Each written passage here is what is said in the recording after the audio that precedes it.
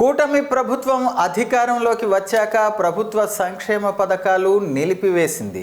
నిత్యావసరాల నుంచి కూరగాయలు, వంట నూనెలు ధరలు పెరిగిపోవడంతో సామాన్య మధ్యతరగతి ప్రజలు తీవ్ర ఇబ్బందులు పడుతున్నారని, ఇది చాలదన్నట్టుగా అదనంగా విద్యుత్ ఛార్జీల పేరుతో మరింత భారం ప్రజలపై పెంచడం దారుణమని మాజీ శాసనసభ్యురాలు రెడ్డి శాంతి అన్నారు.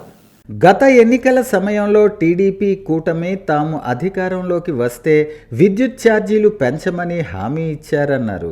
ఇంకా ఛార్జీలు తగ్గిస్తామని చెప్పి అధికారం చేజిక్కగానే పేద మధ్యతరగతి నడ్డి విరిచేలా భారం మోపటం సరికాదని, ప్రజలకు ఇచ్చిన హామీ ప్రకారం ఎలాంటి విద్యుత్ ఛార్జీలు పెంచకూడదని, తమ కూటమి అధికారంలోకి వస్తే విద్యుత్ ఛార్జీలు పెంచబోమని, అవసరమైతే ఛార్జీల భారాన్ని తగ్గిస్తామంటూ కోతలు కోసిన చంద్రబాబు నెలలు తిరగకముందే తన అసలు రూపాన్ని బయట పెట్టుకున్నారన్నారు.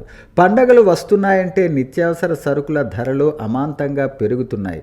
ఈ ప్రభుత్వం అధికారంలోకి వచ్చినప్పటి నుంచి నిత్యావసర వస్తువులు, పప్పులు, కూరగాయల ధరలు పెరుగుతూనే ఉన్నాయని, దుకాణానికి వెళ్ళి సరుకులు కొనుగోలు చేయాలంటే భయమేస్తోందని అన్నారు.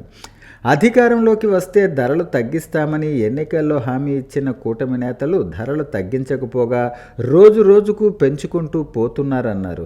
ఈ ప్రభుత్వం ధరల నియంత్రణలో పూర్తిగా విఫలమైందని, నిత్యావసర సరుకుల ధరలు విపరీతంగా పెరిగి భారంగా మారినా కొనుగోలు చేయక తప్పటం లేదన్నారు. కూటమి ప్రభుత్వం ఏడాదికి 3 సిలిండర్లు అన్నారు. ఏమైంది? ఆ పథకాన్ని విడుదల చేశామని చెప్పి చాలా రకాల కారణాలు చెప్పి పేపర్లు తీసుకురమ్మని చెప్పి మీకు అది లేదు ఇది లేదు అని అబద్ధపు మాటలు చెప్పి ఆ పథకాన్ని నీరుగార్చారన్నారు.